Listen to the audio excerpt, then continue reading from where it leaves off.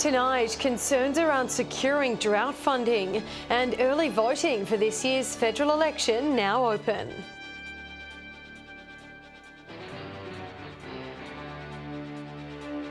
From our 7 Spencer Golf studios, your nightly news with Louise Hedger begins now. Good evening. Applications for the second round of the Drought Communities program have been put on hold during the election period. Regional communities in the Mid-North say they're now facing uncertainty into whether or not the funding will be delivered. A question mark looms over the head of some of the Mid-North's drought funding projects. Late approved applicants had to be quick on their feet to secure funding before the government went into caretaker mode. I thought we were about to lose them, but we had a weekend, so we spent a Friday, Saturday and Sunday with our CEO working extremely hard. The District Council of Peterborough had 3 days to distribute a grant of $1 million to a number of different projects and groups within the community. We called a special council meeting. We got 17 projects ready to go, and then caretaker mode hit us and we thought we'd lost a lot. Local government remaining optimistic, with Rowan Ramsey assuring the town their money will be delivered. I don't think any of them will have any trouble meeting any kind of timeline. Pretty much most of their applications are all in and signed off on. Labor have said that they'll honour the applications if those involved have met all the guidelines. However, they have expressed scepticism towards how the grants have been distributed. Some issues raised with the program, the over-bureaucratic nature of it. We'll have a look at all of those criticisms, but there is no intention from Labor that we will disrupt the process. There is one thing that all parties can agree on. The only thing that will fix this crisis is a drop of rain. Dominic Beaton, 7 Spencer Golf News. Nexif Energy says its Lincoln Gap wind farm outside Port Augusta is still on track, despite the project's main contractor going into self-administered insolvency. Garth Burley has the details. Since Senvion announced it had entered self-administered insolvency proceedings, the question loomed, will workers at the wind farm get paid? And today Nexif Energy confirmed that they would. The company behind the $450 million project negotiating with Senvion to ensure continued progress on the site. Essentially, we'll underwrite the work certified by Senvion, so all we're really doing is paying on their behalf. These payment targets to subcontractors will be implemented over the coming weeks. But when asked if workers are back on site, Nexif insists they never left. I don't know where everybody kind of got this idea that we kind of stopped tools and kind of all ran out the gate. That works have always been continuing on the project. As one of the global leaders in wind turbines, the German-based company entered into self-administered insolvency proceedings 2 weeks ago to manage its financial difficulties. But with many of the 59 turbines for the 222 megawatt project already on the Port Augusta site, Nexif expects there won't be significant delays. Despite an eventful fortnight, there has been major milestones, with 3 wind turbines now operating and exporting power to the state's energy grid. When finished, the wind farm is set to have the ability to power over 155,000 South Australian homes. 2 boys aged 10 and 11 have been arrested and charged after allegedly stealing mobility scooters from a Wailanori home last week. Between 1 and 8:30 last Friday morning, a garage at a Russell Street property was broken into, with the scooters stolen from the premises. Later that morning, a group of young people were seen riding them on Bastion Crescent. Police attended the scene, arresting the 2 boys and charging them with aggravated theft. The children appeared in the youth court and have been remanded in custody. The scooters were returned to their owners in working order. Well, the police is reminding residents of the dangers of illegally using fireworks. The warning comes after a fire was started on Thursday on Beach Road, just metres from a local football club. They may be small, but they can cause big damage. Police are once again reiterating warnings about the dangers after a fire in Wyler last Thursday, which police believe was started by them. There was a fire that police attended with MFS on Beach Road at Whaler. It burned about 250 square metres of scrubland there. The fire happened just metres away from the South Wyler Footy Club and the Wyler High School Oval. After the blaze was extinguished, police located a number of fireworks from the scene, which they believe started the fire. The incident occurring during the bushfire danger season, an issue that alarms Sergeant Fillmore. So it's concerning that this kind of reckless behaviour is occurring during that time.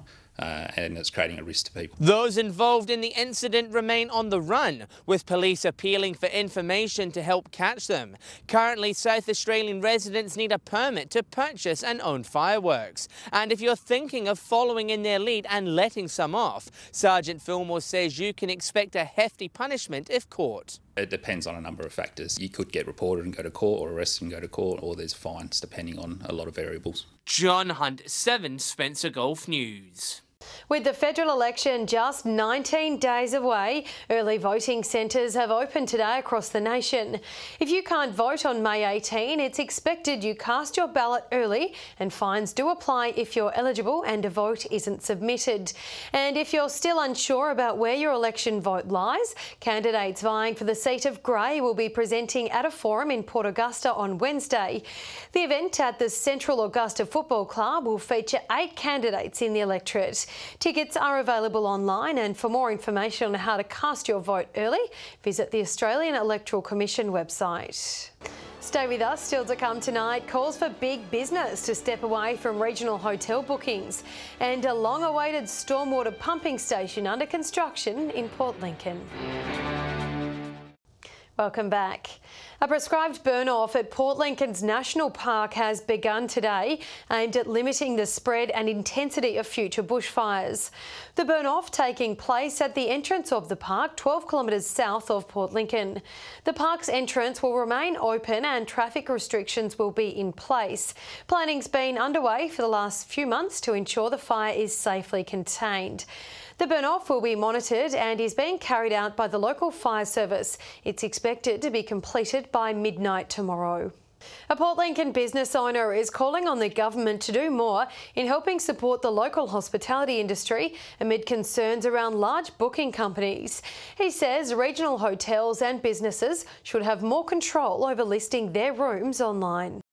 It's been an ongoing debate for years, and now the focus of one political party's campaign, aimed at creating a level playing field between online booking companies and regional accommodation businesses. Probably the last 2 to 3 years it's really become a bit of an issue for small business owners because the commission levels have been going up and the restrictions have been increasing. Some of those restrictions include denying businesses from offering discounted rates. Online booking companies in Australia control up to 85% of the digital market. There's rate parity laws in the contracts which prevent accommodation hotels such as us to be able to advertise a lower rate on our own website. Ms Arthur says it's always best for customers to book directly with a hotel instead of using online booking companies, with many hotels happy to price match their rooms if customers find a cheaper rate online. The shop local at the end of the day for hotels as well, and same with tour operators, they lose commission to bookings that go through travel agents also. The Labor Party promising if elected they would ensure price parity rules were banned in Australia,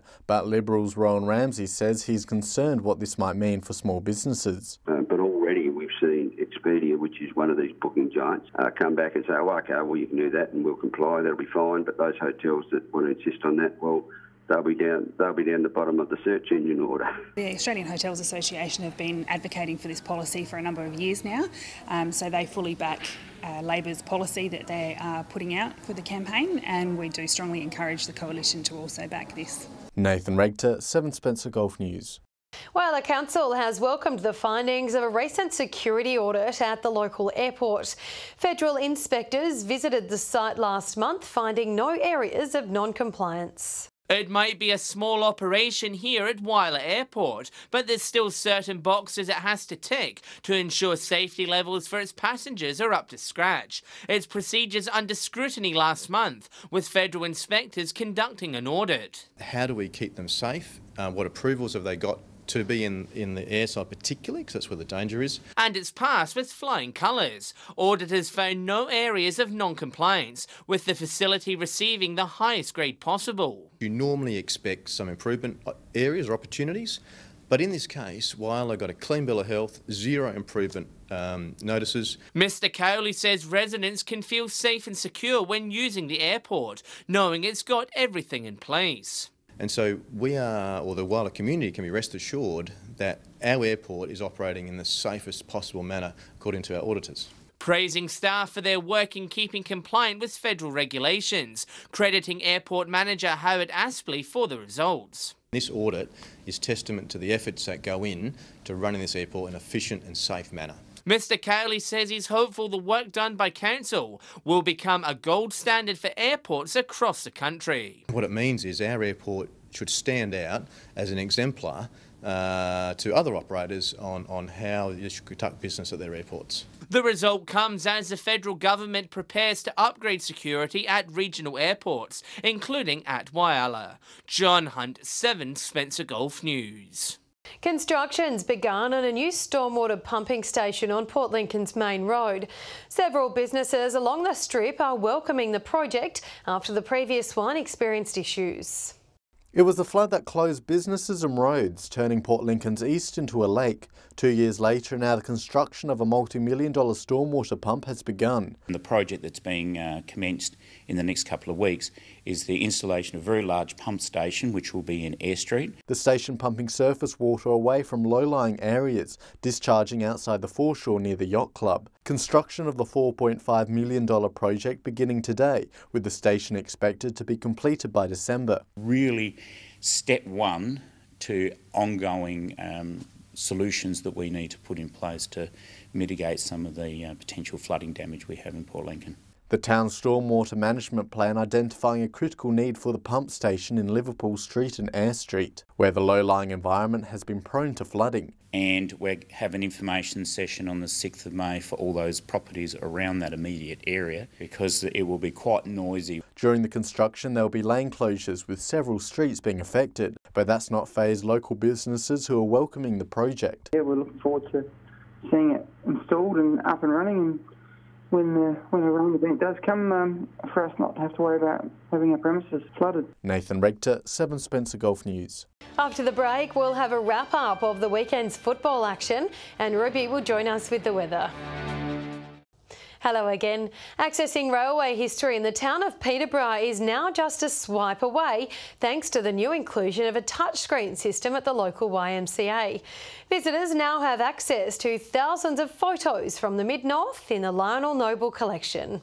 Technology bringing a new breath of life back to Peterborough's railway history. The Lionel Noble collection gives a detailed account of life in the Mid-North over the past century. So history has to be open and accessible and very easily read and navigated, and indeed this exhibition is. More than 3,000 pictures have been made available for public viewing, thanks to the Noble family. Lionel died in 2015 at the age of 90. Had worked in the railways all his life, and his family donated his extremely large collection. The collection has found a new home at the first floor of Peterborough's YMCA building. Each picture has been painstakingly digitalised and made accessible through the museum's new touchscreen. So someone can come in here, it's easy to use, they can bring up the images that they want to bring up, and they can see them larger over on the big screen there. The group showing immense gratitude towards Lionel for safeguarding chapters of the region's history. His work's so extensive it's taken more than 4 years to get up and running. Full of admiration for what he's done. He was collecting photographs and doing interviews with people in the 1970s and 80s when no one else thought to do it. Dominic Beaton, 7 Spencer Gulf News. Now let's take a look at what happened on the field during weekend footy. In the Spencer Golf League, a big upset was one of the focal points in the first round of the 2019 season. Here's Garth Burley. Well, one round into the season and we've already been thrown a curveball in the results, with last year's runners-up Solomon Town beaten by Central Augusta. Centrals came out of the blocks hard, striding to a 32-point lead at half-time, with the Solly's forwards yet to bag a major. In the third quarter, the momentum in possession shifted, but Solly's were unable to take their chances in front of goal. The boys in the black and red controlled the middle of the field in the final quarter, helping secure an upset 39-point victory. In the other match, Lions roared to a 45-point win over Port. In Whyalla, Norths were too good for Rupina, and Centrals defeated last year's runners-up Waroona Bay by a whopping 131 points. Further down the Eyre Peninsula, only 4 points were able to separate Lincoln South and Boston, and Marble Range did enough to secure the points over Mallee Park. Crystal Brook have continued to build on last year's strong form in the Northern Areas League, racing to a big win over Jamestown Peterborough. Broughton Mundura were also victorious, while Orroroo edged over the line by a single point in a nail-biter against BMW. On the York Peninsula, Moonta and Baskerville both enjoyed big victories, and Wallaroo beat Kadina by 33. And finally to Broken Hill, where West kicked 21 goals in their winning performance against the Magpies. And in the grand final rematch, North were unable to exact revenge on the reigning premiers South, who took out the game by 18 points. So Louise, it's good to see football returning across the region, and I'll be back tomorrow with the rest of sport. We'll look forward to it. Thanks, Garth. Now time to take a look at what's happening in the weather. Here's Ruby. Thanks, Louise. We've had a fine and mostly sunny day today. Port Augusta with a top of 27 degrees, Whyalla and Port Lincoln 26, Port Pirie 25, Adelaide 24, Broken Hill a top of 21. Now to the satellite, with a high pressure system moving east, but keeping skies mostly clear over our parts. Tomorrow a cold front will move in near Adelaide, with southerly winds tending southwesterly on the coast at up to 15 knots, seas to 1 metre, and sunrise is due at 7 a.m, with a sunset just after 5:45 in the evening. Port Augusta with a max of 26 tomorrow, looking partly cloudy. Similar conditions for Corn, Whyalla and Port Pirie both 25, Broken Hill, Kadina and Adelaide 24, Woodner and Cleve both with showers and 23, Port Lincoln showers and 22, Clare also 22 but remaining dry, Coffin Bay with showers and a top of 21. Looking ahead now with cooler conditions to end the week. Wet days ahead for Port Lincoln, tops of 17 Wednesday and Thursday. Much the same for Cleve. Woodner showers and 17 on Wednesday, Thursday 18. Whyalla and Port Augusta both looking fine and partly cloudy with tops of 21 on Wednesday and 20 Thursday and Friday. Kadina 20 on Wednesday, Thursday 19. Port Pirie with showers on Wednesday, a top of 21, remaining dry Thursday and Friday. Clare showers and 17 on Wednesday, Thursday 15. Broken Hill with a wet Wednesday, a top of 23. Sunny and 18 Thursday and Friday. And that's it for Monday's weather, Louise. Back to you. Thanks for that, Ruby. And that's a local news this Monday evening. Thanks for joining us. We'll have updates later, but until then, enjoy your evening. Good night.